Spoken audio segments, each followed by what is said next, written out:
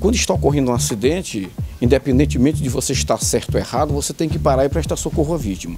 Mas existe uma ressalva. Quando o momento propicia insegurança para um dos condutores, ele pode se retirar, que não caracteriza omissão de socorro. Foi o que ocorreu? Foi o que ocorreu. Segundo ele, logo que aconteceu o acidente, ele parou o carro, vieram alguns rapazes, começaram a bater nele, e ele conseguiu se desvencilhar, ligou o carro novamente e saiu. Como é que o senhor vai conduzir, digamos assim, essa defesa daqui para frente, doutor? Não, a defesa, Cantidiano, eu não vejo dificuldade. Eu não vejo dificuldade porque eu estive no local dos fatos. Os fatos ocorreram, o acidente ocorreu no cruzamento da Avenida 2 do bairro Veneza com a Rua 9. A avenida não tem sinalização. A sinalização que tem, que indica que a velocidade de quem por lá transita em veículo é de 20 km por hora. A única placa que tem esta. Não tem placa de siga, não tem placa de pare. Aliás, na minha concepção, é uma falha do poder público, um bairro bonito, bem organizado que nem aquele, não ter placas de sinalizações. Lá tem duas placas de quebra-mola, indicando quebra-mola, que não tem quebra-mola, e tem duas placas indicando a velocidade, que é 20 km por hora. A via, é aceitado 20 km por hora. Veja bem, o que é que o Código de Trânsito diz lá no artigo 29, inciso 3º, a linha C? Nessa circunstância, num cruzamento, onde não existe placa de sinalização, a preferência de quem circula pela direita. E de acordo com os autos que eu verifiquei, a preferência era do seu Atérmisso. Aí o pessoal fala, não, mas ela ia na avenida. Isso, na avenida principal. Na avenida principal. É um ledo engano das pessoas.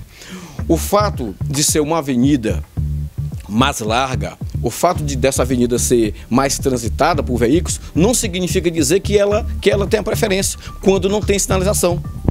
No caso do acidente que envolveu o seu Atérmisso e a jovem, né, que precocemente morreu, a preferência era do seu Atérmisso, porque a moça, ela desceu numa velocidade considerada, porque se não fosse o carro dele não teria amassado a longarina embaixo, que é uma peça muito forte. Ela desceu em alta velocidade numa bis, quando na verdade a via permite apenas 20 km por hora, né?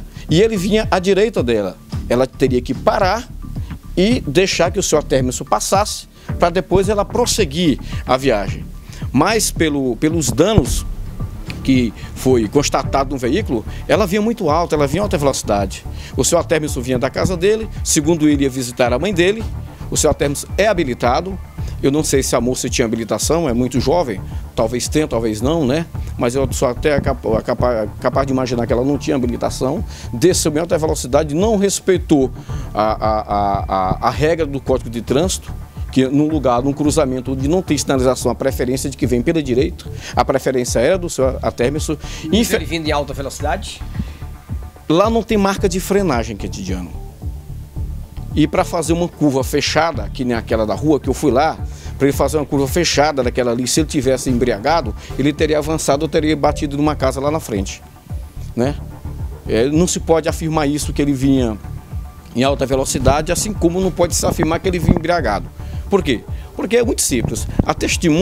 A prova testemunhal, a prova de boca, segundo a própria jurisprudência, é a mais adúltera de todas as provas. O sujeito está em contenda com o outro, ele arruma 4 testemunhas para dizer uma coisa, o outro arruma mais 8 para dizer outra coisa diferente. Então, é somente a prova técnica que vai definir ali quem estava errado ou quem não estava errado, quem estava errado e quem estava certo. Agora, um fato e que me chamou, me causou espécie, me causou estranheza, foi que a moça foi conduzida para o hospital, passou 3 dias, salvo engano, no hospital. A moça estava lá sorrindo, eu vi um vídeo da moça sorrindo, a moça conversando, interagindo com a equipe de enfermagem, né? E depois a moça morreu, faleceu. Ou seja, nessas circunstâncias, eu não sei o que aconteceu. Eu não quero fazer um pré-julgamento, mas eu acredito, qualquer leigo sabe, que teriam feito o quê? Um raio-x do corpo para ver se não tinha algum osso quebrado, alguma costela teria talvez perfurado o pulmão, e depois uma tomografia na cabeça da moça.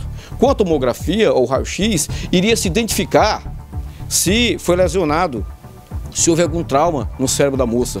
Em identificando isso aí, a moça tinha que ser tirada às pressas para a Imperatriz, no caso, é mais próximo. Tinha de ter uma ambulância equipada, uma ambulância com todos os equipamentos adequados, oxigênio, para que a moça fosse conduzida até a Imperatriz. E com certeza essa mãe que hoje chora, pela perca de sua filha, ela não estaria chorando.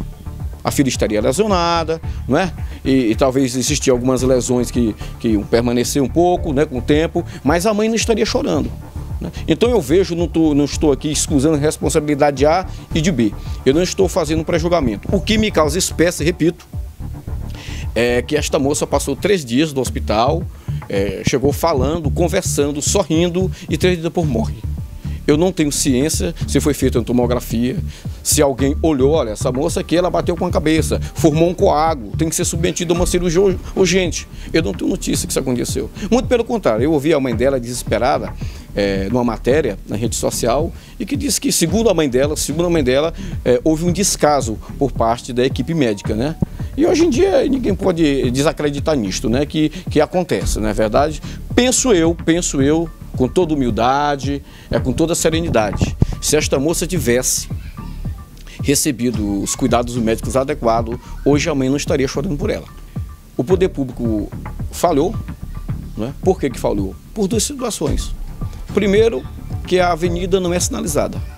As ruas daquele bairro não têm sinalização. É um erro. É um erro do poder público, é uma falha, é uma omissão do poder público. A segunda falha que eu entendo que aconteceu. A primeira eu tenho certeza, porque eu fui no local e constatei que lá não existe placa de sinalização. E quando não existe placa de sinalização nos cruzamentos, a regra é do Código de Trânsito. E o Código de Trânsito, nesse caso específico, disse que a moça que tinha que parar para o seu término passar. Tudo bem. Primeiro erro, a primeira falha administrativa que eu estou vendo. Lá não tinha sinalização de trânsito. A segunda, que eu suponho, foi a moça, repito, ter ficado, acredito que 3 dias no hospital e que, se fizeram exames, não olharam com atenção, não é? E que houve, eu acredito, eu penso, não quero fazer um julgamento precipitado, houve uma negligência por parte de quem estava atendendo essa moça. Não era para essa moça ter morrido, não era para essa moça ter morrido, se ela tivesse sido levada para a Imperatriz, que fica aqui próximo, e com certeza lá se constataria, fazer uma cirurgia rapidamente, e essa moça hoje estaria viva. De início eu manifesto meus pêsames à família da vítima, à família da jovem. O advogado Candidiano, ele não protege o crime. Ele defende o direito que todo mundo que é acusado de cometer um delito tem. E neste caso, como ficou viralizado nas redes sociais, o meu cliente, o senhor Atérmerson, teria invadido uma preferencial e, segundo dizem, alcoolizado, e teria colhido a moça num cruzamento. A moça teria ficado, salvo engano, 3 dias no hospital e após isto ela teria alcançado o óbito. A família do senhor Atérmerson, que eu não posso chamar de acusado porque até agora ele não foi acusado de nada. Ele não é foragido? Ele não é foragido. Ele já compareceu à justiça? Já compareceu à justiça. Ele declinou a versão dos fatos. O delegado deve estar concluindo o inquérito, obviamente vai ter um processo e no final desse processo vai dizer quem estava errado, quem tinha razão, em quais circunstâncias os fatos ocorreram. Essa é a sua tese de defesa? Assim, é o fato em si, né? Na verdade isso é a cadência processual, né? Ele não foi preso em flagrante delito, se apresentou com um advogado, o delegado vai concluir o inquérito policial, manda para o juiz, o juiz envia para o Ministério Público, o Ministério Público vai manifestar o parecer dele e depois disso, se manifestar, se o Ministério Público enxergar algum delito, vai acusá-lo, ele será citado, constituirá advogado, e o advogado vai defender e posteriormente terá uma audiência de instrução em julgamento. Ele já tinha tido um outro acidente nessas mesmas circunstâncias? Não, eu perguntei para ele, perguntei para a família dele e me disseram que não. Existem boatos aí em redes sociais que essa não é a primeira vez, mas eu não encontrei no sistema porque eu pergunto para a pessoa que é indiciada, eu pergunto para ele, pergunto para a família e eu mesmo procuro, né, através dos bancos de dados da Justiça. E não encontrei nenhum fato semelhante em dessa avó da família do senhor Atérmerson.